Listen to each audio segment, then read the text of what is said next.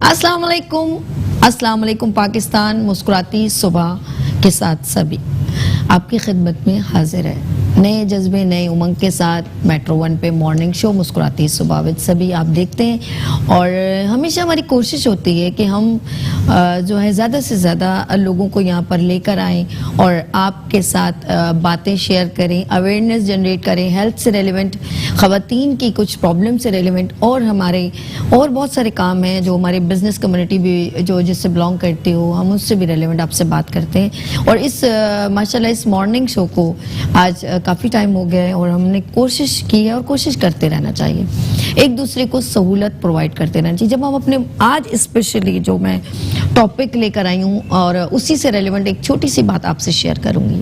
मैं अपने मुल्क को देखती हूँ किस नज़र से, हर कोई अपने मुल्क को अपने ज़रबत मोहब्बत की नज़र से देखता है, लेकिन कुछ बातें ऐसी हैं जो दिल पे बहुत चुभती हैं। मैं कहूँगी बालों की हेयर पिन से लेकर एरोप्लेन तक अगर हम लोग टैक्स बेयर करते हैं तो हम कहाँ हैं?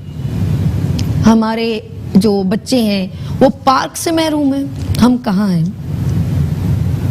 हमारे रोड खराब हैं तो फिर हम कहाँ हैं? टैक्स आवाम बेयर करती है, उसके बावजूद सहूलियात से महरूम है तो फिर हम कहाँ हैं? हम पानी से महरूम हैं, जिसकी बुनियादी ज़रूरियात ज़िंदगी से महरूम है तो फिर हम कहाँ हैं?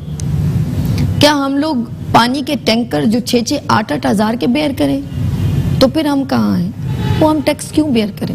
हम मोबाइल का जब कार्ड डलवाते हैं जिसमें 25-35 हज़ार रुपए ऐसे ही कट जाते हैं तो फिर हम कहाँ हैं? बिजली का बिल हम बेयर करें और उसके बावजूद हमें बिजली ही ना मुहैया हो तो फिर हम कहाँ हैं? सुई गैस की सर्दियों में ज़रूरत होती है और हम लोग जो हैं सुई गैस से महरूम हैं। फ्लैट वाले कहाँ से जो है वो आग जलाएं? जो ज़मीन के घर होते हैं वो तो कहीं ना कहीं कहते हैं कि चले लकड़ी जला के भी काम कर लेंगे, लेकिन फ्लैट वाले बड़े परेशान होते हैं, फिर वो होटलों का रुख करते हैं तो एक्सपेंस ज़्यादा हो जाते हैं। हम कहाँ हैं? फिर मैं बात करूँगी CNG की। एक क्यू लगी हुई है बहुत बड़ी, शायद यहाँ लंगर बट रहा है ना? नहीं, ये वो लोग हैं जो कहते हैं थोड़े पैसे बचा लें, ऑटो वाले, और जिन्होंने जो मैंने देखा है वो जो सुजुकी चलाते हैं, जो ऑफ कोर्स सामान इधर से उधर लेके जाते हैं, वो कहते हैं थोड़े पैसे बच जाएं आज घर में ज़्यादा जिस तरह उनके जाते हैं इनकम, तो वो कहते हैं स्विगी गैस की उसमें ना CNG की लाइन में लगे होते हैं। तो ये हम लोग यानी कि हम सब कुछ हमारा ही खून, आवाम का खून ही चूसा जाए और आवाम से ही उनका खून जो है बिल्कुल उनको उनकी रगें खाली कर दी जाएं। क्यों भाई क्यों? फिर आप हमसे क्यों उम्मीद करते हैं कि हम आपको वोट दें? फिर आप हमसे क्यों उम्मीद करते हैं कि हम आपके साथ खड़े हों? फिर आप हमसे क्यों उम्मीद करते हैं? वाई? एक क्वेश्चन मार्क है, मुझे समझ में नहीं आता, शायद आपको समझ आता हो। ये करंट अफेयर नहीं है, ये मॉर्निंग शो है, ये अवेयरनेस है। मॉर्निंग शो सभी जो लेकर आती है वो ऑलवेज ये लेकर आती है कि हम अवेयरनेस जनरेट करें। आपका हक बनता है आप बात करें, आपका हक बनता है आप शेयर करें, आपका हक बनता है आप इस पाकिस्तान मुल्क में मौजूद हैं, एक ऐसी हमारी रियासत जिसका जो एजेंडा है ला इलाहा इल्लल्लाह मोहम्मद रसूलुल्लाह। कहाँ गए वो लोग? कहाँ गए ज़कात? कहाँ गए खैरात? मुझे नहीं समझ में आती। अगर हमारी अवाम जो है अपने आप को आग लगा लगा के मार दे तो फिर कहाँ गए हमारे हुक्मरान? प्लीज कहाँ गए? कहाँ गए? असम्बलियों में क्यों खड़े होते हैं आप लोग? ना जाया करें। इस जगह भी जवाब नहीं दे पाते, इस जगह हमें हक नहीं दे पाते, तो उस जगह क्या करेंगे आप लोग? उस जगह तो बहुत कठिन सवाल होंगे। आप आवाम को उल्टी चमड़ी से उधेड़ते हैं, आपको नहीं पता आपके साथ क्या होगा, और बड़े खुश होते हैं, आपको नहीं मालूम आपके साथ क्या होगा। खुदारा इंसानियत जगाएं, मजहब ना जगाएं। आप इंसानियत जगा लें तो सब कुछ जाग जाएगा। आप उंगलियां उठाना छोड़ दें, आप लड़ना छोड़ दें, आप जिसका हक है उसको हक अदा करना दे दें, बहुत बड़ी मेहरबानी होगी।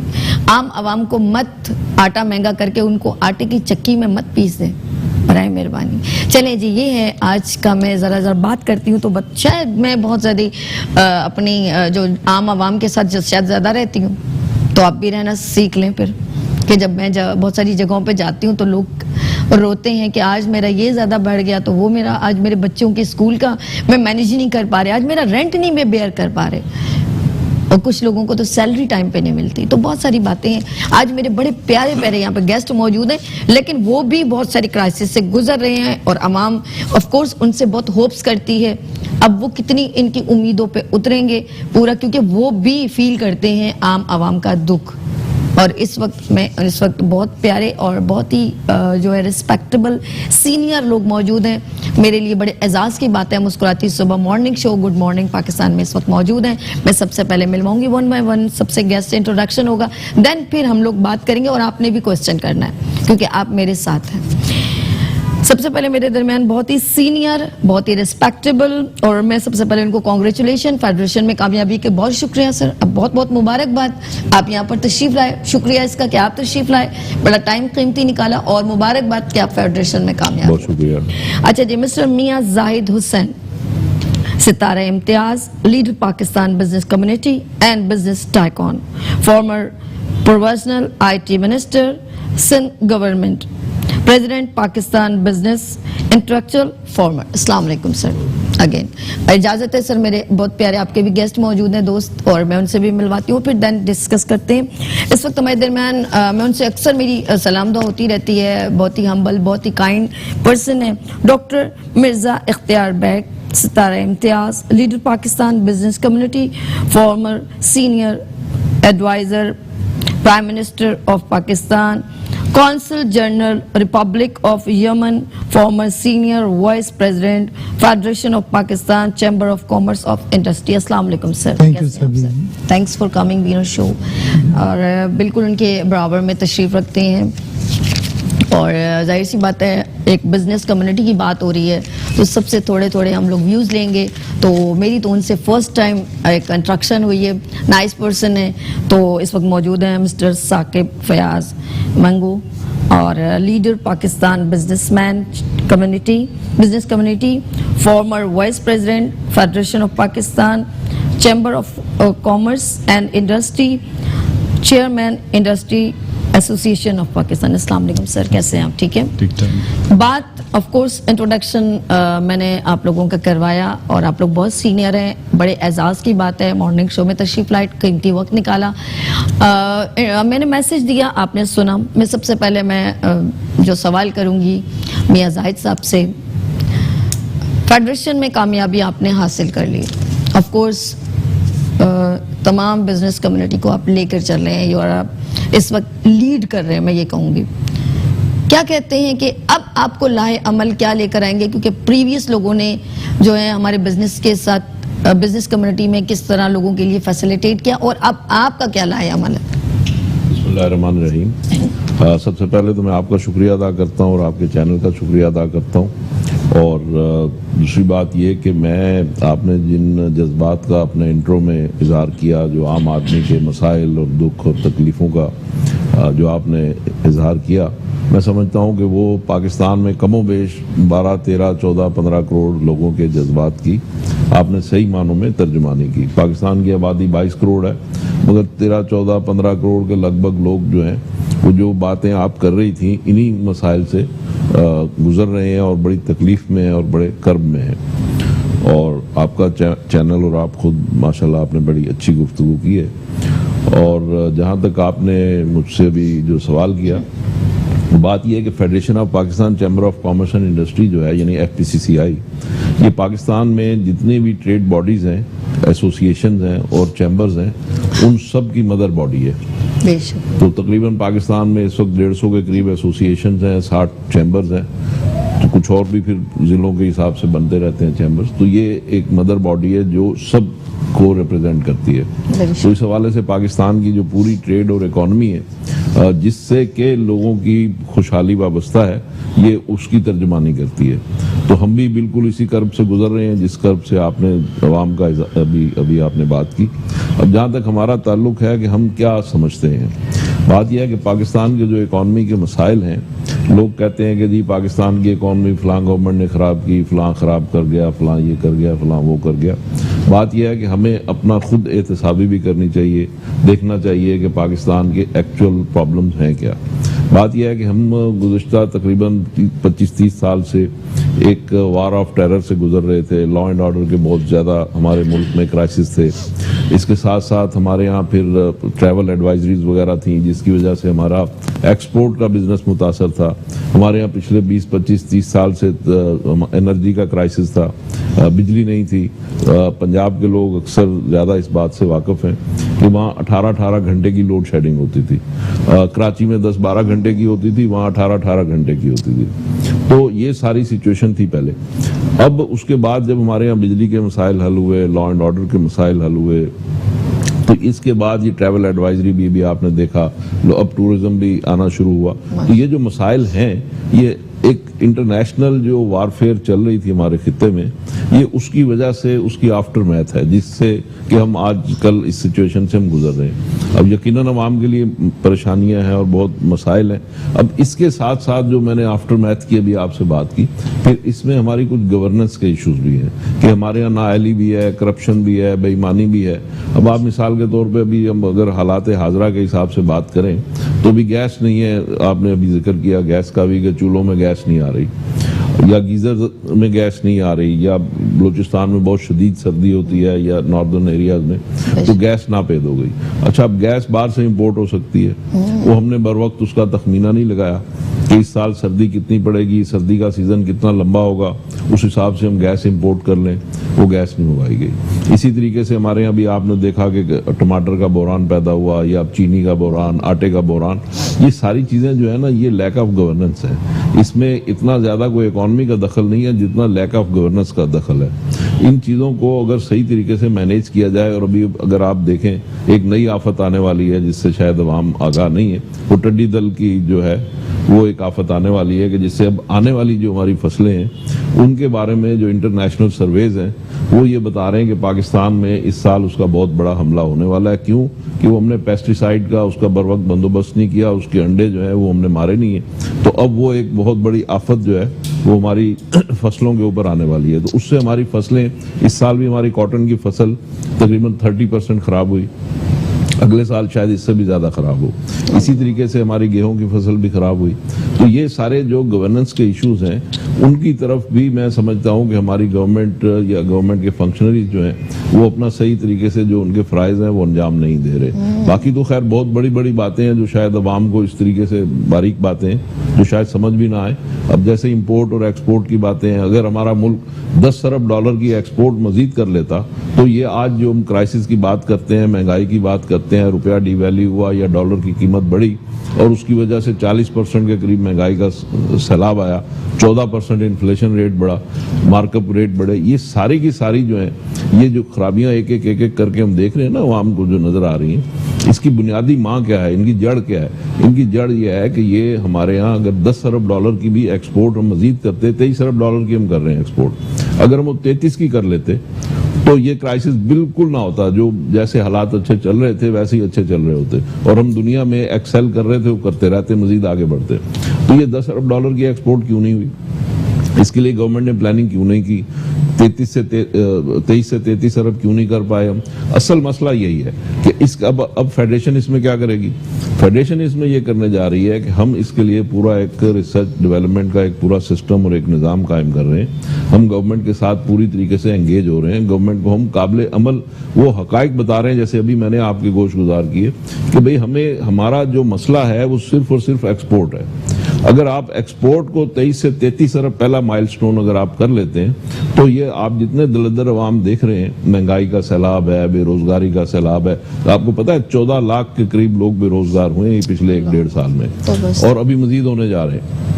आपका रुपया डिवैल्यू हो रहा है, आपका डॉलर अप्रिशिएट हो रहा है। तो ये सारी जो चीज़ें हैं, अगर सिर्फ 10 अरब डॉलर की एक्सपोर्ट अगर आप बढ़ाने के काबिल होते, उसके लिए आपके पास रिसर्च एंड डेवलपमेंट होती, उसके लिए आपके पास मौजू प्रोडक्शन होती, उसके लिए आपने नई मिलें, नई फैक्ट्री आपने लगाई होती, आपने ये मसाइल ना होते। मैं आपकी सारी बात बहुत अच्छी आपने डिटेल में बात की, ये वो तमाम आपने निशानदेही की कि ये प्रॉब्लम्स हैं। अब मैं डॉक्टर मिर्जा इख्तियार बैग से ये बात पूछना चाहूंगी, क्या हम आवाम ये सोचने पे मजबूर हो जाएं कि हमारा डिसीजन गलत है, कि हमने गलत मिनिस्टर, जैसे हमने मिस्टेक की कि हमने ऐसे पर्सन को खड़ा कर दिया जिस बंदे को सही तरह मैनेज नहीं कर पा रहा, कि अवाम मजीद गड्ढे में गिर रही है और हम लोग मजीद जो है बुरहान का शिकार हो रहे हैं? क्या मतलब हम ये सोचे, क्योंकि अभी तक सोल्यूशन नहीं नजर आ रहा। जब हम लोग कितना टाइम हो गया इमरान खान साहब को, मैं ये सोच रही थी। पहली चीज तो ये है कि इमरान खान साहब की रेपुटेशन और क्रेडिबिलिटी पे हमें कोई डाउट नहीं, ठीक है, लेकिन उनके पास टीम नहीं है ओके, और वो कोई प्लान रोड मैप लेके नहीं आए। वो एडॉक मेजर्स कर रहे हैं, लेकिन एक दवाई का साइड इफेक्ट उससे ज्यादा खतरनाक हो जाता है अच्छा ट्राई कर रहे हैं, हर चीज को ट्राई वो कर रहे हैं। चीजें मजीद गंभीर होती जा रही हैं और ये चीजें जो माशत की जाती हैं ये एडॉक बेसिस पे नहीं होती, ठीक है। क्योंकि इसका साइड इफेक्ट जो होती है वो मौत होती है, उससे कम नहीं। सर में दर्द, ये डायरिया नहीं, मौत। ओके, और यही अब सामने आ रहा है कि जो गवर्नेंस के इश्यूज हैं जाहिद साहब ने बतलाए, वो बिल्कुल वाजे चीख के नजर आ रहे हैं कि ये इनके पास गवर्नेंस का फुकदान है, कमी है। जाहिद साहब ने कहा कि एक्सपोर्ट बढ़ा लें 10 अरब डॉलर की तो हमारे सब जलंधर दूर हो जाते हैं, बिल्कुल सही कहा, लेकिन एक्सपोर्ट क्यों नहीं बढ़ रही ये भी जरूरी है ना। इसलिए नहीं बढ़ रही एक्सपोर्ट कि आपने अपनी पैदावारी लागत में इजाफा कर दिया, सही, आपने बिजली गैस की कीमतें बढ़ा दी हैं, सेल टैक्स के रिफंड वापस नहीं हुए हैं, मार्कअप रेट शरह सूद जिसको आप कहते हैं वो स्टेट बैंक ने अपना 13.25% कर दिया है, तो बैंकों के रेट 15-16% पे हो गए। 15-16% पे कोई नई सनत नहीं लग रही, एक सनत नहीं लगी है। मेरे सब सनतकार दोस्त हैं, आप उनसे पूछ लें, बल्कि बंद हो रही है। अब जब सनत नई नहीं लगेगी तो नई मुलाजमत के मौके खत्म, और जब बंद होगी तो बेरोजगारी में इजाफा। अब जब बेरोजगारी में इजाफा होगा और नई जॉब्स अपॉर्चुनिटी नहीं होंगी तो गुर्बत बढ़ेगी, और गुर्बत में आपने देखा तेजी से 14.6% पे ऑल टाइम हाई जो है इन्फ्लेशन जिसको महंगाई कहते हैं वो बढ़ी है। उससे क्या हो रहा है, ये हमने बहुत हुकूमतें देखी और सबके साथ हाईएस्ट लेवल पे हम डील करते रहे। वजीर आजम साहब, प्रेसिडेंट साहब, फाइनेंस मिनिस्टर, कॉमर्स मिनिस्टर, सब हमारे साथी उसमें शामिल होते थे। इस बार मेरा जैसा आदमी जो गिलास को हाफ फुल हमेशा कहता है, मैं भी परेशान हूँ कि मुझे समझ में नहीं आ रहा कि हम जा कहाँ रहे हैं और एंड हमारा कहाँ होगा। हाँ बिल्कुल, आज 20 रुपए की रोटी हो गई है, 2 रोटी नहीं खाने के आदमी पोजीशन में है, और गरीब तो गरीब सफेद पोश आदमी जो एक सेकंड में था कि इतना होता था खा के वो शुक्र करके पानी पी के सो जाता था, आज वो भी इस पोजीशन में नहीं है कि वो अपने घर वालों को 2 वक्त की रोटी फराहम कर सके। लिहाजा जरूरत इस बात की है कि हम जो बिजनेस कम्युनिटी की नुमाइंदगी करते हैं, हमारे कंधे पे जिम्मेदारियां हैं बहुत, और हमने पिछली फेडरेशन के टेन्योर में भी जो बेस्ट से बेस्ट हो सकता था उनको एडवाइस करा, रहनुमाई की। अब हमारे नए साथी आए, ये भी बेहतरीन तरीके से इंशाल्लाह उनको प्रपोजल देंगे, रहनुमाई करेंगे, लेकिन सवाल ये होता है कि एग्जीक्यूशन नहीं नजर आ रहा। अच्छा, इमरान साहब बेचारे, आज अखबारात में पढ़ा कि जी रिकॉर्ड देख के गोल्ड के रिजर्व जो है वो बेच के हम कर्जे उतारेंगे। उससे पहले उन्होंने बयान दिया था, मैं आपको खुशखबरी सुना रहा हूँ, तेल गैस के रिजर्व जो है पाकिस्तान में इतने होंगे कि फसल बाड़ा साहब ने कहा था कि बाहर से लोग जॉब लेने पाकिस्तान आएंगे। अब ये मज़ाक़ खेज बातें, ये इमेच्योर बातें, इसको हम कहते हैं कच्ची बातें। वो इसलिए कि रिकॉर्ड एक का पिछले 10 साल से काम हो रहा है, उस कंपनी ने केस जीत लिया है और $6 बिलियन का फाइन हो गया। पाकिस्तान की दुनिया की तारीख में सबसे बड़ा जुर्माना $6 अरब का लगा रिकॉर्डेक वाली कंपनी ने कि जी आपने मेरा मुआहदा क्यों कैंसिल करा। आप उधर से कह रहे हैं हम गोल्ड लेके कर्जे उतार देंगे। अभी आपको गोल्ड का एक्सट्रैक्शन का प्रोसेस नहीं पता, वो इतना कॉम्प्लिकेटेड प्रोसेस होता है। मुझे आपकी बात आपने कंटिन्यू करना है। यहाँ पर नाज़रीन ब्रेक का टाइम है। मुझे ऐसा लग रहा है कि कोई भी काम करने से पहले उसको प्लानिंग करना बहुत जरूरी है, और पड़ी हुई लकड़ी उड़ता तीर कभी नहीं पकड़ना चाहिए। यहाँ लेते हैं छोटी सी ब्रेक और मिलते हैं ब्रेक के बाद मुस्कुराती सुबह विद सभी के साथ। वेलकम बैक मुस्कुराती सुबह के साथ, मैं हूँ सभी, और यहाँ पर बहुत ही सीनियर जो है बिजनेस कम्युनिटी के टाइकॉन और जो है ज़बरदस्त जो काम और अपनी परफॉर्मेंस करते हैं। बात इस वक्त ये है कि उंगली उठाना तो आसान है, लेकिन अब सोल्यूशन के लिए लड़ना पड़ता है, हक के लिए लड़ना पड़ता है और लड़ना पड़ेगा, क्योंकि वरना ये होगा बहुत बुरे हालात की तरफ हम लोग चले जाएंगे। और आवाम खास तौर पे जिसके ऊपर ये पूरा मुल्क खड़ा है, कायद आज़म मोहम्मद अली जिन्ना ने हमेशा, जो हमारे कायद हैं, हमारे रहनुमा थे और हमारे बड़ी जद्दोजहद के बाद ये मुल्क हासिल किया, तो हम किस तरह इसको रोन दें, किस तरह हमारी आवाम जो है पिस जाए। तो मैं ये कहूँगी कि इस वक्त सबसे ज़्यादा पता किसकी ज़रूरत है, हमारी तमाम बिजनेस कम्युनिटी को यकजा होने की बहुत ज़रूरत है। और जब तक ये स्टैंड ओवर नहीं लेंगे तब तक कुछ भी नहीं हो सकता है, ये मेरी असेसमेंट है। लेकिन अब मैं सुनना चाहूँगी कि मेरे ये वर्ड्स कि जब तक, क्योंकि किसी भी मईशत का जो दारोमदार, मुल्क की तरक्की का दारोमदार बेहतरीन जो है तिजारत पर है, बेहतरीन बिजनेस कम्युनिटी पर है, तो बेहतरीन जो है पिलर ऑफ पाकिस्तान मैं ये समझती हूँ हमारी बिजनेस कम्युनिटी है। जब तक ये डेवलप होगी, ऑफ कोर्स ये रोजगार मुहैया करती है, मईशत को स्टैंड ओवर करने के लिए, स्टेट को बढ़ाने के लिए, मुल्क में जो है दूसरे मुल्क में अपना नाम पैदा करने के लिए हमारी जो है बिजनेस कम्युनिटी का बेहतरीन, कहते हैं ना, पावरफुल हाथ होता है। तो अब देखते हैं कि हमारे जो प्राइम मिनिस्टर हैं या उनकी जो है पूरी जो पार्टी है वो इसको किस तरह, किस व्यू से देख रही है। तो मेरे दरमियान बहुत ही सीनियर जो है साकिब फयाज साहब मौजूद है, मैं उनसे सवाल करना चाहूँगी।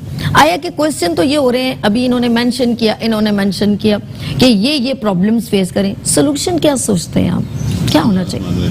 सबसे पहले तो मेट्रो वन का बहुत बहुत शुक्रिया, आप लोगों ने हमें इधर इनवाइट किया। आपने एक अल्फाज इस्तेमाल किया, जब तक, तो ये बहुत ही इम्पोर्टेंट है मेरे ख्याल में। जब तक पाकिस्तान अपनी पॉलिसीज खुद नहीं बनाएगा, उसको बाहर से डिक्टेशन नहीं मिलेगी और वो खुद जो अपनी इकोनॉमिक पॉलिसी इस काबिल हो पाकिस्तान के खुद बना सके, उस वक्त तक हम, मेरे ख्याल में हम इधर ही उलझते रहेंगे। और बिजली महंगी हो गई, बिजली महंगी किसकी इंस्ट्रक्शन पर होती है? गैस महंगी किसकी इंस्ट्रक्शन पर होती है? ये तमाम चीज़ें कहाँ से इम्प्लीमेंट होती हैं? क्या हमारी गवर्नमेंट जो है, जो एक वोट लेकर आती है, क्या वो चाहती है कि मैं कोई ऐसे फैसले करूं जो अवाम दुश्मन फैसले हों? तो जब तक हम अपने पैर पे नहीं खड़े होंगे, हम अपने पैर पे, हर मुल्क जो है अगर वो खुद बोले कि सेल्फ सफिशिएंट कैसे होगा, उसके दो तरीके होते हैं। एक तरीका इंडस्ट्रियलाइजेशन। जब तक किसी मुल्क में इंडस्ट्रियलाइजेशन नहीं होगी, उसकी पॉलिसीज अच्छी नहीं बनेगी, और कम से कम हमें इंडस्ट्रियल पॉलिसी अपनी खुद बनानी चाहिए। जो भी इंडस्ट्रीज में कम से कम हमें ये बोल देना चाहिए IMF को, ठीक है हम आपको इकोनॉमी ठीक करके देंगे, लेकिन इंडस्ट्रियल पॉलिसी में आप इंटरफेयर ना करें। अगर जब तक इंडस्ट्रियल पॉलिसी हम खुद नहीं बनाएंगे, हम आगे नहीं बढ़ सकते। अपनी कॉस्ट ऑफ प्रोडक्शन कम नहीं करेंगे, हम आगे नहीं बढ़ सकते। दूसरी बात, आपने बात की महंगाई की, जो प्रोग्राम में शुरू होने की, मैं इसको दूसरे रिवर्स एंगल से देखता हूँ। देखिए, कोई चीज़ महंगी नहीं होती। अगर आपकी जेब में पैसे हैं तो फिर कोई चीज़ महंगी नहीं होती है। आपको अपनी परचेजिंग पावर बढ़ानी होगी। आपको अपनी परचेजिंग पावर आपकी तभी बढ़ सकती है या एम्प्लॉयमेंट या सर्विस सेक्टर को वो इंक्रीमेंट मिले, या फिर इंडस्ट्रियलाइजेशन आपकी हो। एम्प्लॉयमेंट कैसे बढ़ेगी, वो भी उसका कनेक्टेड इंडस्ट्री से है।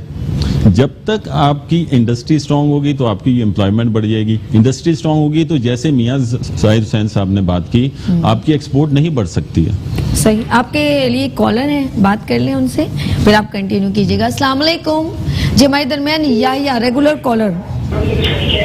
मैं ठीक हूँ जी। या क्या पूछना है आपने? बहुत सीनियर लोग मौजूद हैं।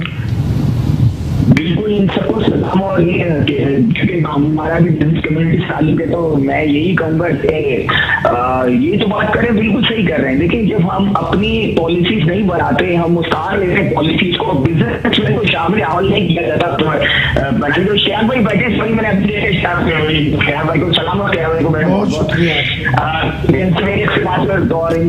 मेरी मुलाकात भी होती है। देखिए, बात समझने की जो है ना, कि हम बिजनेसमैन को एक मुसीबत, आज मुझे इतना अफसोस होता है, आज बिजनेसमैन को चोर, टैक्स चोर बना के पेश करना, इंतहाई शर्मनाक बात है। बिजनेसमैन वो होता है जो आपको गवर्नमेंट देता है, आपके लोगों को रोजगार देता है और आप मुल्क को प्रमोट करता है, एक्सपोर्ट करता है। अब होता ये कि जब आप पॉलिसी बनाते हैं, उनको आप बाईपास कर देते हैं। आप पॉलिसी लाते हैं उन लोगों की जो मैं IMF की कह रहे हैं, जिसकी भी कह रहे हैं, तो आप उनके अपने मफाद की और चंद लोग यहाँ मफाद हासिल करके लोगों को नुकसान पहुंचाते हैं। तो मेरी तो इनसे देखिए हुकूमत से दरखास्त है, बिजनेस चलेगा ना तो कारखाना चलेगा तो लोगों के घर चलेंगे, जब कारखाना नहीं चलेगा लोगों के घर नहीं चलेंगे। और ये इतने गियत लोग हैं ये जो बैठे हुए ये मतलब खानदानी बिजनेसमैन लोग हैं और ये बड़ा फेयर काम करते हैं। तो अगर आप इन लोगों की आवाज नहीं चल सकेंगे तो ये काम नहीं चलेगा। मेरा सवाल मेरा सवाल ये है कि आज आप लोग की रिप्रेजेंट होती है, लोग आते हैं, आप बड़े हाई पैमाने पर मुलाकातें करते हैं, लेकिन आपकी रिकमेंडेशन मारी नहीं जाती, तो ये इसकी क्या वजह है? Thank you so much. बहुत शुक्रिया याया, ये हमारे रेगुलर कॉलर हैं, बड़े गौर से प्रोग्राम देखते हैं। अच्छे पुरानी टीवी में मैं मॉर्निंग शो में जाता था तो पहली कॉल याया साहब की आती थी और बड़ी समझदारी से मैच्योर बात करते हैं। देखिए जहाँ तक सवाल ये बिल्कुल अच्छी बात है कि बिजनेस कम्युनिटी को आप चोर बना के पेश करेंगे और फिर उसी से उम्मीद लगा रहे हैं कि टैक्सेस भी दें, सनतें भी लगाएं, जॉब भी दें, क्यों करेगा कोई? उनके पास तो चॉइसेस होती हैं। बिल्कुल। देखिए पहली चीज ये है 2005-06 में 500 से 600 अरब रुपए से टैक्स कलेक्ट होता था। सही। पिछले साल 4000 अरब रुपए का टैक्स कलेक्ट हुआ है। ओहो। और इस साल 5000 अरब से ज्यादा का टारगेट है, 5230 अरब रुपए का। ये कौन देगा? बिजनेस कम्युनिटी नहीं देना है ना, इससे ही पहले लिया है, अब भी ये देंगे और वो 5-10% कम हो ज्यादा हो लेकिन वो दे रहे हैं। लेकिन आप एक तरफ तो सनतकारी का अमल रोक दिया है, दूसरी तरफ मार्केट रेट बढ़ा दिए हैं, महंगाई बढ़ गई है, नई सनतकारी नहीं लग रही और जीडीपी को आपने 3% कम करा है। मुल्क की जो ग्रोथ है पाकिस्तान की, पिछली हुकूमत ने जब बंद किया था तो 5.5% थी, आज वो 2.5% की बात कर रहे हैं। तो 3% जीडीपी ग्रोथ हमारी कम करी IMF के कहने पे। जब जीडीपी ग्रोथ 1% कम होती है तो 5 लाख लोग बेरोजगार हो जाते हैं। 3% जीडीपी ग्रोथ कम होगी तो 15 लाख लोग, और ये अखबारों में हेडिंग आया है कि 15 लाख जो है वो बेरोजगारी हुई है। तो एक तरफ सनतें बंद हो रही हैं, एक तरफ बेरोजगारी हो रही है, एक तरफ बैंकों के रेट आपने बढ़ा दिए हैं और फिर आप कहते हैं जी टैक्स पूरा नहीं मिल रहा है और IMF के पास अब दोबारा गए, अनरियलिस्टिक टारगेट रखा था कि इसको कम कर दें। IMF कह रहा है हम एक शर्त पे कम कर देंगे, आप बिजनेस कम्युनिटी के अलावा कोई और इनकम दिखाएं जहां से 400 अरब रुपए आपको मिल जाए। तो ये आप सिर्फ रेवेन्यू के चक्कर में हैं। आपने कहीं ये नहीं सोचा कि हम पैदावारी लागत को नीचे लेकर आए और सनतकारी का अमल मुल्क में हो जिससे जॉब्स भी मिले, एक्सपोर्ट भी हो और ज़र मुबादला भी कमाया जा सके। कायदे आज़म ने जो पाकिस्तान का ख्वाब देखा था सभी, वो था एक ज़राई सनती पाकिस्तान। आज ज़राअत हमारी 19% है, सनत पैदावार जिसको मैन्युफैक्चरिंग कहते हैं 19% है और सर्विस सेक्टर 62% है। खदमात का शोबा, आपने पाकिस्तान को ट्रेडिंग स्टेट बना दिया है। लोग इंपोर्ट करते हैं, सप्लाई कर देते हैं। एग्रीकल्चर भी सुकड़ के सिर्फ 19% रह गई है मायशत का और सनत भी 19% रह गई है। ये तो वो पाकिस्तान नहीं था जिसका ख्वाब बाबा कौम ने देखा था। उन्होंने तो एक ज़राई सनती पाकिस्तान था कि आप ज़राअत में पैदा करें और सनत में उसको इस्तेमाल करें, जैसे कॉटन है, कपास, और फिर एशिया को एक्सपोर्ट करें। तो हम गलत रास्ते की तरफ चल निकले हैं। हमने पाकिस्तान को एक ट्रेडिंग स्टेट बना दिया है, जबकि पाकिस्तान को हमने बनाया था सनती और ज़राई पाकिस्तान। ये है जड़ मुद्दा जो आज मेरा मैसेज है कि आप पाकिस्तान को ज़राई और सनती पाकिस्तान बनाएं तो रोज़गार भी मिलेगा, मुलाजमतें भी मिलेंगी और पाकिस्तान में खुशहाली भी आएगी। नहीं तो आप इंपोर्ट करके सप्लाई करते रहेंगे और लोगों की मैरिज ज़िंदगी में। कल मैंने टीवी में पढ़ा है, एक औरत ने 1.5 साल के बच्चे के साथ खुदकुशी की सिर्फ इस बुनियाद पे कि उसके लिए भी खाने के लिए नहीं था और बच्चे को दूध पिलाने के लिए नहीं था। आप ये देखें, इससे ज्यादा मैं समझता हूँ कि अबतरी जो है मैंने पहले कभी नहीं देखी और ना मुझे अल्लाह कभी ना दिखाए, अल्लाह पाक ना दिखाए। मैं मियां जाहिद साहब के पास जाना चाहूंगी और ये कहना चाहूंगी, सर मुझे बताएं, अल्लाह का शुक्र है 4 मौसम इस मुल्क में है। मैं कहती हूँ नवादरात से, खजाने से, खूबसूरती से भरपूर है हमारा मुल्क। उसके बावजूद यहाँ पर क्या चावल, गंदुम और कपड़ा, मैं कहती हूँ उसके बावजूद मैं हैरान हूँ। कुछ लोग कहते हैं हमारे मुल्क में कुछ नहीं बनता। हमारे मुल्क में सियालकोट में बेहतरीन स्पोर्ट्स का सामान होता है, ठीक है। फिर हमारे हैदराबाद का खूबसूरत हर जगह पे, और अगर ड्राई फ्रूट का देखें तो हमारा सरहद का इलाका बहुत ही हसीन है। कश्मीर और जो है फ्रंटियर साइड जितना है वहाँ से सब सारा ड्राई फ्रूट और इस तरह के। फिर लाहौर की तरफ जाएं तो बेहतरीन आम और फिर खजूर और डिफरेंट जगहों पे सब जगह अवेलेबल है। हर चीज़ इस मुल्क में पैदा होती है। फिर सोना और कोयला, मैं कहती हूँ क्या चीज़ हमारे मुल्क में नहीं है। मुझे तो लगता है, ऐसे लगता है फबी अय्यि आला रब्बिकुमा तुकज़्ज़िबान, तुम खुदा की कौन कौन सी नेमतों को झुटलाओगे। पाकिस्तान एक ऐसा मुल्क है, मैं लव यू पाकिस्तान के, जिसमें हर चीज है। बेहतरीन पानी, दरिया, सहरा, समंदर, क्या चीज नहीं है। और कुछ मुल्कों में ऐसा है कि बस बर्फ है तो वो लोग इतना परेशान है, 1-2 महीने के लिए कहीं सूरज निकल आए तो वो खुश हो जाते हैं। हमारे मुल्क में सूरज भी है, बारिश भी है, समंदर भी है, सहरा भी है, पहाड़ भी है, खूबसूरती है, हरियाली है, क्या नहीं है। उसके बावजूद हम यूं हो और हम IMF के पास चले जाएं, वाई। तो मैं जाहिद साहब से पूछूंगी, मेरे सवाल का जवाब देखिए जी, सारी चीजें अल्लाह ताला ने हमें अता की हैं। सबसे पहले फॉर यू, ये Thank you जी। बिस्मिल्लाह। ये आप प्लीज साथ साथ मेरे गेस्ट हैं और मैं बड़े प्यार से उनको जो है वेलकम करती हूँ। सर प्लीज ये लीजिए, आप कंटिन्यू कीजिए सर। अल्लाह ताला ने सारी चीजें हमें दी हैं, आपने भी गिनवाई भी हैं, यस। लेकिन मेरे ख्याल में शायद अकल की थोड़ी सी कमी है हमारे अंदर। पाकिस्तानी तो बड़े और अच्छा, आपने इसका आंसर देना। आपके दरमियान फिर एक कॉलर है। हेलो अस्सलाम वालेकुम। हेलो अस्सलाम वालेकुम जी, बात कीजिए। हेलो जी जी हेलो जी जी, अस्सलाम वालेकुम सर, बात कीजिए। वालेकुम अस्सलाम। जी जरा पूछ लीजिएगा, सवाल पूछ लिया करें, फिर कॉल लगाया करें, ठीक है। अच्छा, काफी देर होल्ड किया, इट्स ओके। जी मियां जाहिद साहब। देखिए, बात यह है कि अभी मैंने थोड़ी देर पहले गवर्नेंस की बात की थी और मैंने अभी कहा कि शायद कुछ अकल की कमी है। बहुत सारी बातें जो है, ये कोई रॉकेट साइंस नहीं है कि ये हर आदमी को पता है कि हमारे मसाइल हैं क्या, ठीक है। ये जुमला उसके अच्छा कहा बावजूद आपने, फिर rocket science। हाँ, फिर चीजें हल नहीं होती, तो क्यों हल नहीं होती? ठीक है। तो कहीं ना कहीं कोई इसमें बैड गवर्नेंस कहीं आ जाती है, कहीं करप्शन आ जाती है, कहीं अकल की कमी आ जाती है, कहीं विल की कमी आ जाती है। हमारे मुल्क में तकरीबन 400 अरब रुपए हम बिजली की मद में जाया करते हैं। अब बताइए इसको क्या हम कहेंगे? भाई बिजली तो आप बनाते हैं, बेशक। बनाने के बाद फिर उसमें से 200 अरब रुपए की बिजली चोरी कर लेते हैं बिजली बनने के बाद, ठीक। सही। यानी अब चाय बनाई है ना, अब चाय बनाने के बाद इसको आप गिरा दें तो इस पे कॉस्ट तो लग चुकी है ना। इसी तरीके से 400 अरब रुपए की बिजली बनाने के बाद सही। 200 अरब रुपए की बिजली चोरी हो जाती है, सही। 200 अरब रुपए की बिजली हवा में उड़ जाती है लाइन लॉसेस की शक्ल में। तो ये 400 अरब रुपया मैं और आप पे कर रहे हैं, लेकिन वो हवा में उड़ रहा है, ठीक। अच्छा, इसी तरीके से हमारी जो स्टेट ओन्ड कॉरपोरेशंस हैं उसमें तकरीबन 600-700 अरब रुपए साल के हम जो टैक्स पेयर का पैसा है वो हम पे करते हैं। जैसे इख्तियार बेग साहब ने कहा कि वो टैक्स तो हम दे रहे हैं ना, हम और आप सब टैक्स दे रहे हैं। हाँ, आप एक दूध पीते हैं उस पर भी टैक्स दे रहे हैं, आप मोबाइल फोन चार्ज करवाते हैं उस पर भी टैक्स, बिल्कुल। हर चीज पे आप टैक्स दे रहे हैं। वो जो हम और आप टैक्स दे रहे हैं, गरीब आदमी अगर 20,000 रुपए कमाने वाला वो भी अगर दूध दही मछली घर में लेके आता है तो उस पर टैक्स पे कर रहा है। वो जो टैक्स है उससे हम तकरीबन 600-700 अरब रुपए साल का स्टेट ओन्ड कॉरपोरेशंस पे हम जाया कर रहे हैं कमाने के बाद, ठीक है। इसी तरीके से गैस की मद में हम तकरीबन 100 अरब रुपए साल का हम जाया करते हैं। ये सारा अगर हम मिला लें तो ये तकरीबन 20 अरब डॉलर बनता है, ये जो पैसे हम जाया करते हैं सालाना।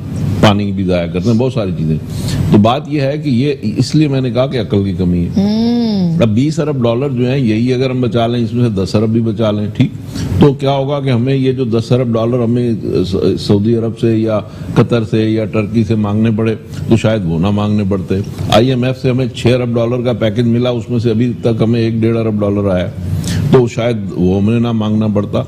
बात यह है कि अल्लाह ने हमें सारी चीजें भी दी हैं, एक नहीं दी तो शायद अकल नहीं दी, वो भी खैर कुफर है ऐसी बात कहना, लेकिन मैं मुहावरतन एक बात कर रहा हूँ। जी। दूसरी एक चीज शायद हमें नहीं दी, वो शायद अंडे और मुर्गियां नहीं दी। आपने अंडे और मुर्गियों को कंटिन्यू करना, रुक जा मियां जाहिद साहब कह रहे हैं कि शायद अंडे और मुर्गियां नहीं दी, और इख्तियार बेग साहब कह रहे हैं कि अच्छी पॉलिसी नहीं है या प्री प्लान नहीं है। पॉलिसी तो फयाज साहब ने कहा कि अभी इसको पूरा प्लान होना चाहिए, और इख्तियार बेग साहब ने कहा कि हमें जो है वो प्लान से आना चाहिए। उनकी मिनिस्टर साहब तो बहुत अच्छे, प्लान उनकी पार्टी ने नहीं बनाई। यहाँ लेंगे छोटी सी ब्रेक और मिलते हैं ब्रेक के बाद मुस्कुराती सुबह सभी के साथ और मेरे ये तमाम गेस्ट के साथ। Welcome back, good morning Pakistan और मुस्कुराती सुबह के साथ सभी।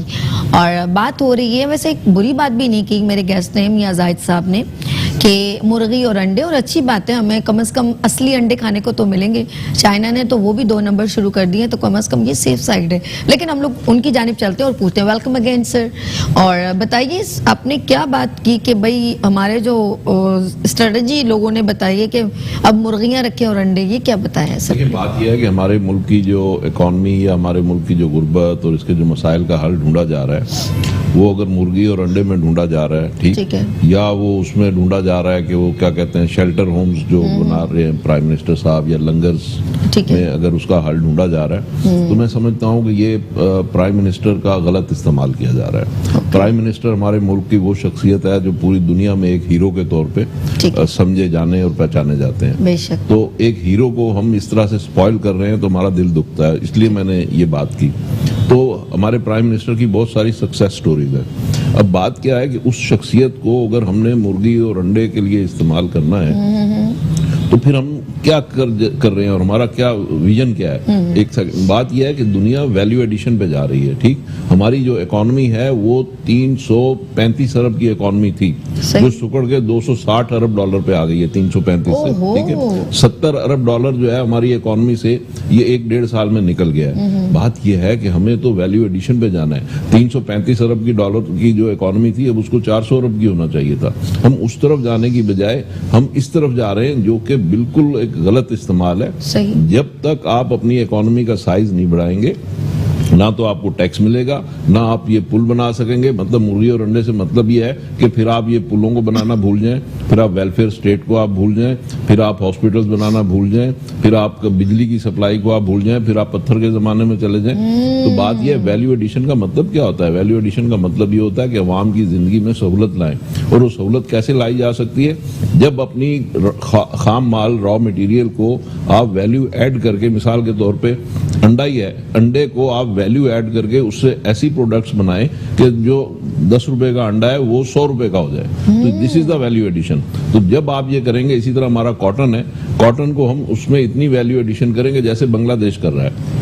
ये बांग्लादेश की अभी इस वक्त जो हमारी कॉटन की एक्सपोर्ट्स हैं वो 40 अरब डॉलर की चली गई हैं और वो मजीद बढ़ती चली जा रही हैं, जबकि हमारी जो कॉटन की एक्सपोर्ट्स हैं वो सिर्फ 10 अरब डॉलर पे स्टकअप हो गई हैं। बात ये है, ये वैल्यू एडिशन है कि आप किस तरीके से वैल्यू ऐड करते हैं चीज़ों में। ये हमें उस दौर में जाना है और उस दौर में जाना चाहिए। और उसके लिए हल क्या है? हल ये है कि आप अपनी कॉस्ट ऑफ प्रोडक्शन को कम करें, खास तौर पे उन चीज़ों की जो आप एक्सपोर्ट करते हैं। फिलहाल देखें, आप पूरा मुल्क शायद ना दुरुस्त कर सकें, लेकिन जो 5 शोबे ऐसे हैं जो आइडेंटिफाइड हैं ऑलरेडी कि ये एक्सपोर्ट ओरिएंटेड शोबे हैं, उन 5 शोबों को आप पहले पकड़ लीजिए। हल भी तो बताएं ना, सिर्फ मायूसी की बातें ना करें ना बैठ के, क्योंकि आपका तो प्रोग्राम ही मुस्कुराती सुबह है, तो इसमें कुछ मुस्कुराहट वाली बातें भी होनी चाहिए कि लोगों को नजर आए कि हम अगर फेडरेशन में आए हैं तो हम क्या करने जा रहे हैं, हम कैसे लोगों को मुस्कुराहटें वापस दिलाने जा रहे हैं। बेशक बेशक। उसका तरीका ये है कि वो जो 5 शोबे ऑलरेडी आइडेंटिफाइड हैं, उनकी कॉस्ट को आप पूरी दुनिया में जो हमारे कॉम्पिटिटर्स कंट्रीज हैं उनकी कॉस्ट के बराबर ले आए, ठीक। यानी ये कप मैं बना रहा हूँ, ये कप आप बना रही हैं। अगर आपको ये कप 100 रुपए का कॉस्ट कर रहा है और मुझे भी 100 रुपए का कॉस्ट कर रहा होगा, तो फिर हम जाके बाजार में बेच सकेंगे इसको। तो इसी तरीके से अगर बांग्लादेश में, अगर श्रीलंका में, इंडिया में एक शर्ट जो है वो अगर 1000 रुपए की उनको कॉस्ट कर रही है, 100 सेंट की अगर उनको कॉस्ट कर रही है, तो हमें कितने की कर रही है? तो हमें भी अगर उसके बराबर $1 उनको कर रही है, हमें भी $1 की कॉस्ट कर रही होगी,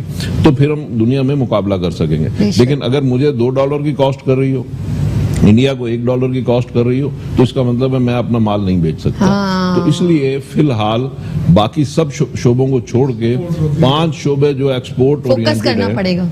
उनकी कॉस्ट को आप दूसरे मुल्कों की कॉस्ट से मैच कर दीजिए। ठीक है। जब वो कॉस्टिंग मैच हो जाएगी तो ऑटोमेटिकली वो शोबे आपके बिकना शुरू हो जाएंगे चले आपके और लिए उससे कॉलर जो है। इनकम आएगी जी, जी। तो आप बाकी सारी महंगाई का मुकाबला कर सकेंगे और लोगों को वेलफेयर दे सकेंगे। फिर एक एक करके दूसरे शोबे भी ठीक करें। और प्लस ये जो मैंने $20 अरब की चोरियां आपको बताई अभी, जी इनको कंट्रोल कर लें। खान साहब की जो हीरो वर्शिप है उसको आप मुर्गी अंडे पे जाया करने की बजाय वो ये $20 अरब की चोरी रोकने पे लगा दें सालाना, तो ये सारा मुल्क आपका जो है ना वीक्स में ठीक होना शुरू हो जाएगा। चलिए जी, माय दरमियान कॉलर। हेलो, अस्सलाम वालेकुम। हेलो, अस्सलाम वालेकुम। अस्सलाम वालेकुम जी, क्या पूछना है आपने सर? अस्सलाम वालेकुम। वालेकुम अस्सलाम। हेलो जी हेलो, ओके, आप बात कीजिए। प्रोग्राम माशाल्लाह से आपका प्रोग्राम बहुत अच्छा चल रहा है। जी जी, सबसे आप मईशत से गुफ्तगू कर रहे हैं और आपको और मैं बात करना चाहूँगा आपके गेस्ट से। बात कीजिए। अस्सलाम वालेकुम, सब कैसे ठीक ठाक हैं? जी वालेकुम सलाम, बोलिए जनाब। कैसे ठीक है? नासिर बात कर रहा हूँ जी पहले तो अपनी मुबारकबाद हो आपको। बहुत शुक्रिया। मिर्जा अख्तर सेठ को अस्सलाम वालेकुम, भैया साहब को अस्सलाम वालेकुम। बहुत शुक्रिया। तो आप चीजें से मुझे एक सवाल है कि एक जो बंदा इकोनॉमिकल 20 से 25 हजार रुपए कमा रहा है वो कैसे सर्वाइव करेगा? ओके, और जो है आप जिस तरह से महंगाई की बात चल रही है अभी, तो महंगाई जिस तरह से आसमान में पहुंची हुई है, तो इसमें ये बताइए ना कि 25 हजार का बंदा किराए के मकान में हो अपनी फैमिली को कैसे सर्वाइव करेगा? दूसरी तरतीब के अंदर इतना रिलैक्स किया जाता है आवाम को, यहाँ पे हमारे मुल्क में ऐसा क्यों नहीं है? चलिए जी, बहुत देखिए, शुक्रिया, इसमें- बहुत शुक्रिया sir, thank you so much जी। महंगाई का मुकाबला 2 तरीके से दुनिया में होता है। ओके, सब कहानी एक- बोल के सुने। मिर्जा इख्तियार बैग साहब ने बहुत अच्छी बात पकड़ी है कि महंगाई, और मैं हैरान हूं अभी तक इनसे क्यों नहीं कोई मिला कि जब इनके पास सोल्यूशन है। सर कंटिन्यू कीजिए कि महंगाई का सोल्यूशन बता रहे हैं। मुकाबला 2 तरीके से किया जाता है। एक, आप अपनी इनकम बढ़ाएं ओके, ठीक है। ताकि पहले आपके खर्चे अगर 15,000 थे मंथली फॉर एग्जांपल, सही अब है। 20,000 हो गए हैं, तो आप किसी तरीके से 20,000 के करीब जाएं। चाहे घर के ज्यादा अफराद जॉब करें, सिंगल ब्रेड अर्नर, वाहिद आदमी जो घर का कफील होता है, उसके बजाय वाइफ भी या बच्चे भी या मल्टी ब्रेड अर्नर बने, यानी एक से ज्यादा अफराद उसमें लगे। लेकिन उसके लिए हुकूमत को जॉब्स फ्राहम करें, जब भी वो लगेगा ना जॉब में। तो पहली चीज तो यह है कि आपकी इनकम बढ़ाने के लिए ये जो कॉन्सेप्ट है हमारे यहाँ कि एक आदमी घर का जो है वो जिम्मेदार है, वो बचा, उसी की जिम्मेदारी है कमा के लाके देना। उससे हटके बाहर ममालिक में, इंडिया में बिलखुसूस, यूरोप में तो बड़ा आम है कि बच्चे भी पार्ट टाइम काम करते हैं, वाइफ भी काम करती हैं, दोनों सुबह निकलते हैं शाम में आते हैं और जो पैसे होते हैं पूल करके घर का गुजारा। ये एक चीज बेशक, है। बेशक। दूसरी चीज ये है कि अखराजात कम करें। ये 2 तरीके हैं दुनिया में मुकाबले। लेकिन अखराजात एक हद तक हो सकते हैं। बिजली का बिल पे करना ही करना है, पानी, खाने पीने की अशिया लेने ही है। अब हुकूमत का काम क्या है कि हुकूमत ये करती है जहाँ जहाँ वेलफेयर स्टेट नहीं होता है, यानी फ्लाई रियासत नहीं होती, हमारी नहीं है। आप बीमार होंगे तो अपनी जेब से जाना है आपने इलाज कराने की। फ्लाई रियासत नहीं है यहाँ की, टैक्स देते हैं हम लोग, लेकिन फ्लाई रियासत नहीं है। तो दूसरा काम जो होता है हुकूमत का वो ये होता है कि आप सैलरीज में, वेजेस में इजाफा करें ताकि वो जो इजाफा हुआ महंगाई में उसका मुकाबला किया जा सके। वो सिर्फ आप गवर्नमेंट इदारों से कर सकते हैं। आप अगर वैसे करते चले जाएंगे, प्राइवेट में हमने मिनिमम वेजेस 16,000 अब कर दिए शायद, हाँ, फिर उसके बाद बढ़ के 18,000 हो गई हैं। तो आप बिल्कुल करेंगे, ये भी कम है। 18,000 में कोई सवाल ही नहीं पैदा होता घर का बजट बन जाए। लेकिन फिर आपकी पैदावारी लागत बढ़ रही है। बांग्लादेश में 9,000 टका है उजरतें, आपके 18,000 हो गया। बांग्लादेश में गैस जो है वो हमसे आधी कीमत पर है। तो वो दबा के चीजें सस्ती बना रहा है और दुनिया में सस्ता बेच रहा है। तो ये एक्सपोर्ट जो पहले आप करते थे, अब ये एक्सपोर्ट का हिस्सा शेयर जो है वो बांग्लादेश को मिल गया है उसके टेक्सटाइल की जो है वो 38 अरब डॉलर की एक्सपोर्ट हो गई है। आपकी टेक्सटाइल की 12 अरब डॉलर और 13 अरब डॉलर मुश्किल है। टोटल एक्सपोर्ट आपकी 25 अरब डॉलर 26 अरब डॉलर से ज्यादा नहीं है। तो ये वो एरिया है जो वक्त के साथ साथ आपने एक्सपोर्ट पे भी टैक्स लगाते गए, इनडायरेक्ट टैक्स लगाया, विदहोल्डिंग टैक्स लगाया, टर्नओवर टैक्स लगाया, एडवांस टैक्स लगाया, उसके बाद एक्सपोर्ट डेवलपमेंट सरचार्ज लगाया। कुफ्र है, गुनाह है एक्सपोर्ट पर टैक्स लगाना। दुनिया का रूल ये कहता है जैसे सूरज मशरक से निकलता है तो मगरिब से कभी नहीं निकल सकता। इसी तरह दुनिया में एक्सपोर्ट के ऊपर टैक्स नहीं होता। आप अगर हेरल्ड से, वॉलमार्ट, के मार्ट से चीजें खरीदते हैं, वैट जिसको कहते हैं, सेल टैक्स पे करते हैं, तो उन्हें एयरपोर्ट पे वापस मिल जाता है कि ये एक्सपोर्ट के जिम्मे आता है। तो आपने दुनिया से अपना किबला मुख्तलिफ करके नहीं चल सकते। सही। इसी ग्लोब में अगर रहना है तो उसी के रूल आपको सीख के उसी के रूल के मुताबिक चलना है। तो पहली चीज जो जाहिद भाई ने कही थी कि वो 5 सेक्टर है, जिसमें एक टेक्सटाइल है, एक लेदर है, तीसरा सर्जिकल गुड्स है, चौथा कारपेट है और 5वां स्पोर्ट्स गुड्स हैं। ये 5 सेक्टर हमारे एक्सपोर्ट सेक्टर हैं जो कमाऊपूत हैं, जब तक कमा के देखे लें। हम ये नहीं कह रहे कि 5 पे ही रुक जाओ, हम चाहते हैं राइस भी इसमें छठा आए, हम चाहते हैं फार्मास्यूटिकल भी इसमें 7वां आए और उसको भी मराद मिले। लेकिन जो भी 5-7 sector. Welcome back, good morning Pakistan. और बात करें हम मईशत पे, बिजनेस कम्युनिटी पे, और बात करें हम, मुझे ऐसे जहन में एक बात आ रही थी बार बार, वोट लेना हो तो आप लोग इतने बड़ी बड़ी बातें करते हैं और हमारी ज़रूरत पड़ती है, और जब आवाम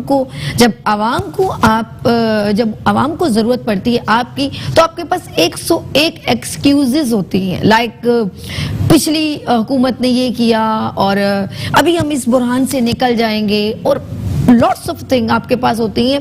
लेकिन हम लोगों को वोट जब आपने मांगना होता है तो आपके पास 101 ऐसी बात होती है जिससे आप एक विजुअलाइज करते हैं, एक बहुत खूबसूरत विजन दिखाते हैं कि यूं हो जाएगा, आसमान से तारे तोड़ के हम ले आएंगे और आपके लिए जो है शीरी फराद वाली वो दूध की नहरें बहा देंगे। मुझे समझ से बालातर है। तो प्लीज ऐसा ना करें कि इतने टैक्स और इतने बिल लग जाएं कि अवाम बिलबिला जाए, और फिर अच्छे अच्छे मैंने तख्तों को उलटते अपनी आंखों से देखा है।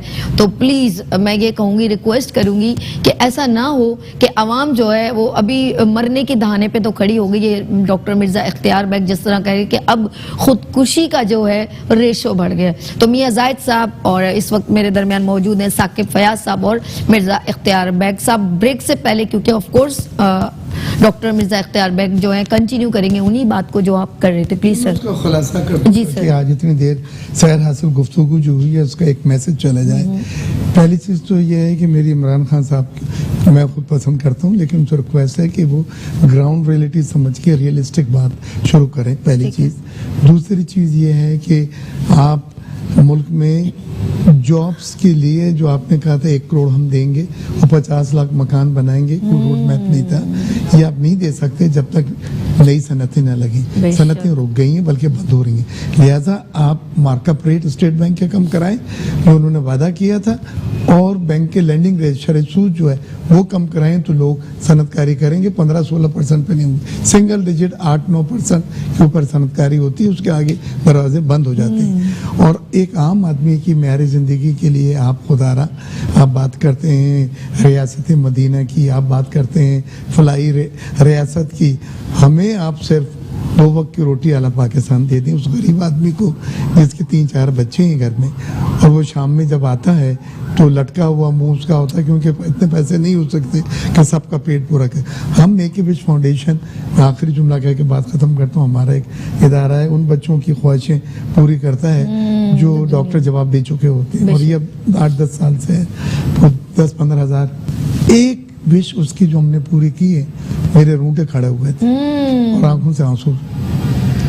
एक बच्चे की ख्वाहिश ये थी कि मरने से पहले मैं चाहता हूँ मेरी माँ मेरी प्लेट मेरे आगे से ना खींच के दूसरे भाई बहनों को ना दे। मैं चाहता हूँ मैं पेट भर के खाऊं और प्लेट छीनी ना जाए मुझसे। मैं समझता हूँ उस पर सब बातें खत्म हो जाती हैं। खत्म। माशाल्लाह इकोनॉमिक्स ये वो, यानी उस बच्चे ने पूरी जिंदगी जो भी उसकी 10-12 साल की थी किसी दिन पेट भर के नहीं खाया वो, क्योंकि उसके माँ को दूसरों को भी पूरा करना होता था। बड़ी बात। हमें इस पाकिस्तान का ख्वाब बाबा कौम ने नहीं दिखाया था।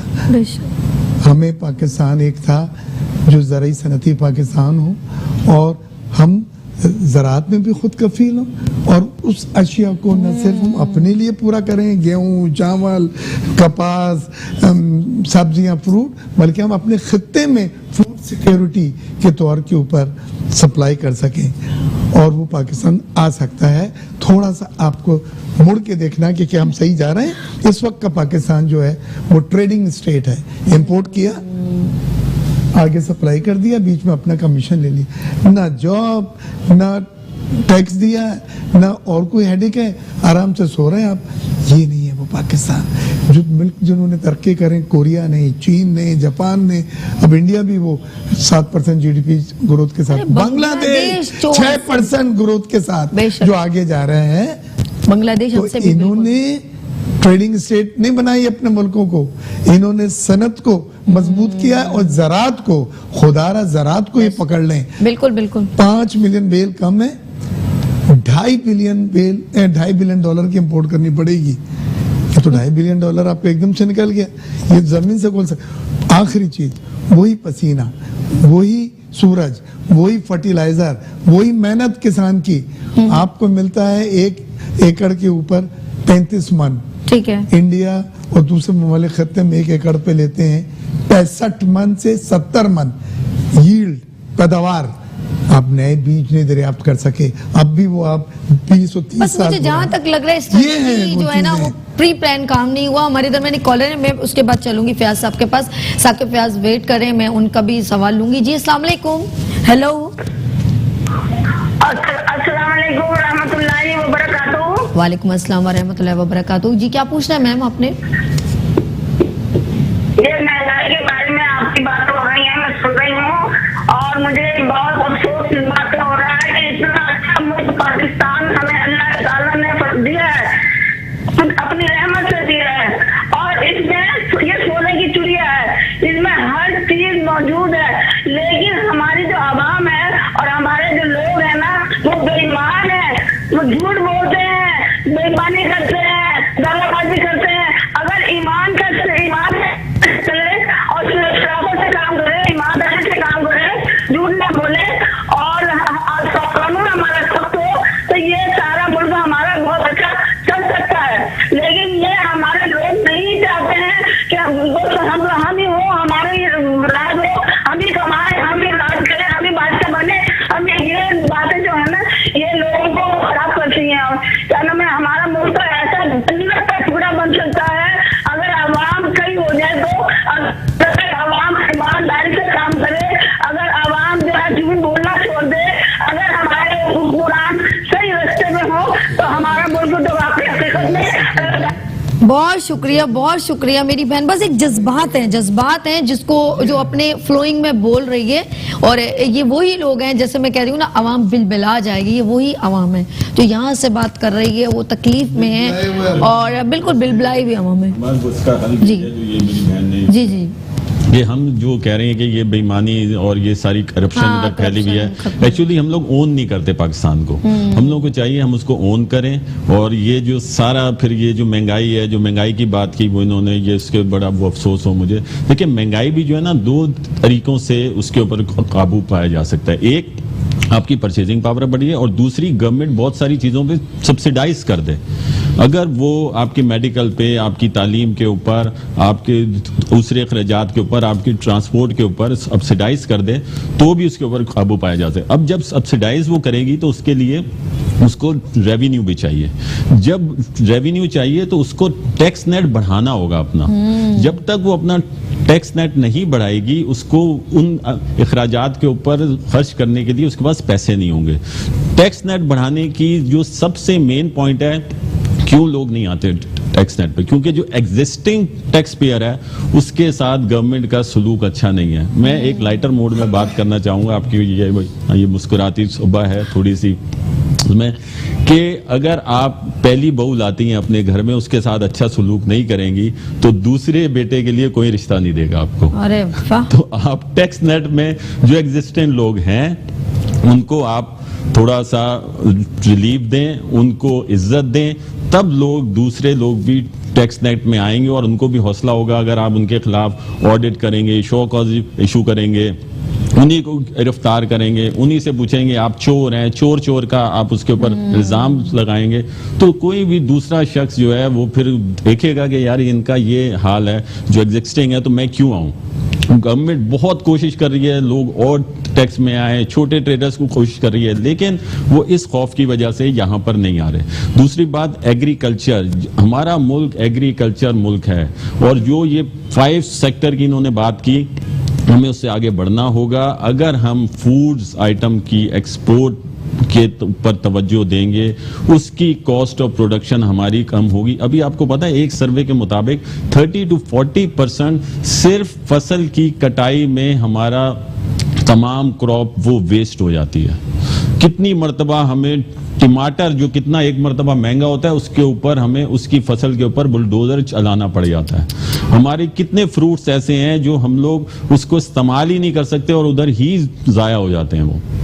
अगर हम इन्हीं फूड्स को वैल्यू एडिट करके, इन्हीं का अगर मैंगो है उसका पल्प बना के हम आगे एक्सपोर्ट करें। देखिए पूरी दुनिया इस चीज़ को, फूड्स को, इस वक्त फूड क्राइसिस है पूरी दुनिया में, और हमारा एग्रीकल्चर मुल्क है, हमें तो इसका एडवांटेज उठाना चाहिए।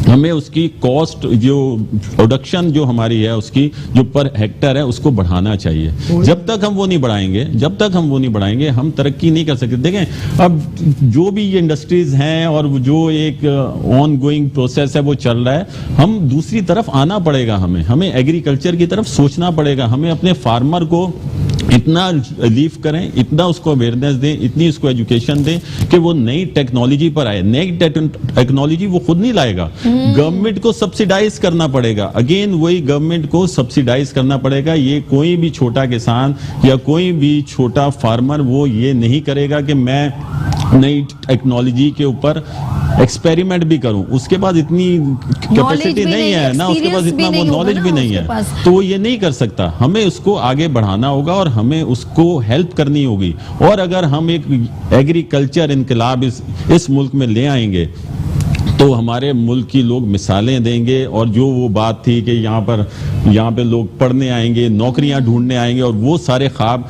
इस तरीके से हमारे पूरे हो सकते हैं। चलिए जी, हमारे इधर मैंने कॉलर। हेलो, अस्सलाम वालेकुम। हेलो जी, अस्सलाम वालेकुम जी, बात कीजिए जी। अस्सलाम वालेकुम। वालेकुम अस्सलाम। सिकंदर आजम जी, क्या बात करना चाहेंगे आप भाई? मैं ये बात करना चाहूंगा कि 72 साल से सिर्फ ऑर्डरिज्म तो चल रहा है जी जी। आज तक कोई परफॉर्मेंस नहीं दे सके। इसकी वजह है कि हमारे वज़ीर खाना, हमारे लोग जो है कोरिया और दूसरे मुल्कों को कहाँ से खा ले गए, हम वहीं के वहीं पड़े हुए हैं। और इसकी वजह सिर्फ ये है कि ऑर्डरिज्म पे आज तक चल रहे हैं। कोई भी परफेक्ट नहीं, चाहे वो फौजी हुकूमत हो, चाहे ये सियासी हुकूमतें हैं। तो देखिए एक बात सब समझ आ रही है कि किसी को अपने मुल्क से मोहब्बत नहीं, वो सिर्फ अपनी अपनी आते हैं, अपनी अपनी डिब्बी में जाते हैं, अपना अपना माल कमाते हैं और चलते हैं। अगर मुल्क से किसी को मोहब्बत नहीं है और इसका सारा इम्पैक्ट ही आ रहा है। हर कोई आता है, अपना कमाई करता है, चलता है। आवाम का नाम हर कोई जो है आवाम का नाम देता है, लेकिन आवाम को सरे धोखा के अलावा कुछ नहीं। आज जो इस मुकाम पर हम पहुंच गए, इसका आखिरी स्टेज अब अगर ना समझे तो शायद कभी ना समझ सकेंगे। ये आखिरी मौका है। बहुत शुक्रिया सिकंदर आजम साहब। मियाँ साहब ये बताइए, देखिए वाकई में एक जहन में आता है 72 साल एक लंबा ड्यूरेशन, बहुत लंबा अरसा। उसके बावजूद अगर हम यही कहते रहें कि हम कब जो है मुझे वो याद है कि एक जो है $60 को जो है कंपेयर किया जाए तो वो 60 के पास था, अब कहाँ 100 से अबव हो गया। ठीक है, डॉलर का रेट बढ़ गया, 152 पे चला गया, तो हमारे रुपए की कीमत जमीन से नीचे चली गई है। हम कितना नीचे गिरेंगे, मुझे समझ में नहीं आता। देखिए बात यही है कि जब आपके यहाँ कॉस्ट ऑफ प्रोडक्शन ज़्यादा होती है, यानी चीज़ें महंगी बना रहे होते हैं, तो फिर आप दुनिया में वो चीज़ें बेच नहीं सकते। ओके, जब आप बेच नहीं सकेंगे तो फिर आपकी चीज़ें बिकेंगी नहीं, ठीक है। फिर आपके पास पैसे नहीं आएंगे। जब ओके। पैसे नहीं आएंगे तो फिर अपनी ज़रूरियात पूरी करने के लिए आपको डॉलर महंगे लेने पड़ेंगे, तो इस तरह से आपका रुपया डिवैल्यू होगा। अब इसका हल क्या है? अब इसका हल यह है कि साकिब साहब ने कहा कि जी गवर्नमेंट को सब्सिडाइज करना पड़ेगा, बेशक। और सब्सिडी करने देने के लिए टैक्स चाहिए। टैक्स आएगा तो गवर्नमेंट के पास कहीं से पैसे आएंगे तो देंगे। अब गवर्नमेंट के पास पैसे भी आ रहे हैं और कॉस्ट ऑफ प्रोडक्शन ज़्यादा क्यों आ रही है? आखिर दुनिया में जो 160-70 ममालिक हैं, तो उनसे जब हम कंपेयर करते हैं तो करप्शन में जो है हमारा नंबर जो आता है वो 150वां आता है, ठीक है ना। तो बात यह है कि हम ईज ऑफ डूइंग बिजनेस में हमारा नंबर जो है वो 108वां आता है। तो हम कहीं मतलब 100 से ऊपर ही जा रहे होते हैं हर जगह पे। तो हम हर चीज़ में बैड गवर्नेंस में हम क्यों आ रहे होते हैं? इसलिए इसका मतलब ये है दूसरे लफ्जों में कि आपके यहाँ जो कॉस्ट ऑफ प्रोडक्शन ज़्यादा आती है ना, वो इसी 20 अरब डॉलर की वजह से आती है, जो मैंने अभी आपको बताया कि ये मेरे आपके टैक्सों से ही जो है वो स्टील मिल में पैसे गवर्नमेंट डालती है, PIA में गवर्नमेंट पैसे डालती है, रेलवे में गवर्नमेंट पैसे डालती है। तो जितने गवर्नमेंट के इदारे हैं जिसमें हमारे 500-600 अरब ज़ाया होते हैं, अभी इस वक्त तकरीबन 1900 अरब के लगभग पैसे पहुंच गए सर्कुलर डेट के, जो बिजली की चोरियों की मद में और लाइन लॉसेस की मद में। तो ये जो 20 अरब डॉलर की मैंने अभी आपको मिसाल दी, ये गवर्नमेंट को भी पता है, सबको पता है। आप ये जो पैसे अगर हमारे अर्न होने के बाद चोरी हो जाते हैं तो यही पैसे फलाह पे खर्च होंगे, यही पैसे, इसी की वजह से हमारी कॉस्ट ऑफ प्रोडक्शन ज़्यादा होती है ना, कि फिर गवर्नमेंट को ये टैक्स लगाने पड़ते हैं। तो इससे क्या होता है कि हमारी कॉस्ट बढ़ती चली जाती है। जब कॉस्ट बढ़ती चली जाती है तो फिर आप अपनी एक्सपोर्ट्स नहीं कर पाते। ये चीज़ें अगर आप अपनी दुरुस्त कर लें और प्लस साथ के साथ अपनी गवर्नेंस दुरुस्त कर लें, अपने फैसले बर वक्त कर लें। क्या आज की दुनिया में आपको ये नहीं पता चलता कि इस साल सर्दी कितनी पड़ेगी और कितने दिन तक पड़ेगी? तो उसके लिए हम गैस मंगवा लें। पिछले 1.5 महीने से कराची की सनतों के पास गैस नहीं है और सनतें जो हैं वो तकरीबन 50% बंद पड़ी हुई हैं। तो क्या ये रॉकेट साइंस है? आज की दुनिया में ये नहीं पता चल सकता? क्या ये नहीं पता चल सकता कि इस साल हमारी कॉटन की पैदावार कितनी होगी, टमाटर कितने होंगे, तो हर, या चीनी कितनी होगी, तो हर चीज में, या आटा कितना होगा, तो हर चीज में जो हम चीजें देख रहे हैं इसमें बैड गवर्नेंस सामने आ रही है। इन चीजों को अगर आप, आखिर गवर्नमेंट होती किस लिए है? गवर्नेंस के लिए होती है ना जी। तो इन चीजों को अगर आप दुरुस्त करेंगे तो आपकी कॉस्ट ऑफ प्रोडक्शन भी दुरुस्त हो जाएगी, आपका रेवेन्यू भी दुरुस्त हो जाएगा, आपकी चोरा चकारी भी ठीक हो जाएगी, तो उसके नतीजे में फिर आपकी एक्सपोर्ट्स भी होना शुरू हो जाएंगी। तो ये चीजें जो है जब तक आप इस्लाह ना करें, ठीक है। अभी आपको एक और बुरी खबर दे दूं कि तकरीबन 400-500 अरब रुपए का जो हमारा रेवेन्यू शॉर्टफॉल है जी, उसके लिए गवर्नमेंट मिनी बजट लाने की तैयारी कर रही है। अब वो मिनी बजट आएगा तो इसका मतलब है 400-500 अरब रुपया अवाम से फिर निचोड़ा जाएगा और उससे फिर महंगाई बढ़ेगी जी। नहीं, मतलब किसी और तरीके से ले लें, उसका नाम कुछ भी ले लें, IMF से चले, उसने डेफर कर दिया, लेकिन ये होने जा रहा है। चले जी, हम लोग नाज़रीन बस सिंपल इज दैट ये कहना चाहिए इस वक्त सब। मियां साहब बहुत शुक्रिया, अख्तियार बैग सब एंड साकिब भाई बहुत शुक्रिया आपका। और नाज़रीन यहाँ पर सिर्फ मुख्तसर ये कहूँगी, सब हुकूमतें आई और सब ने जो है यही इंतजार किया 5 साल की मुद्दत में, और कुछ नहीं कहना चाहती।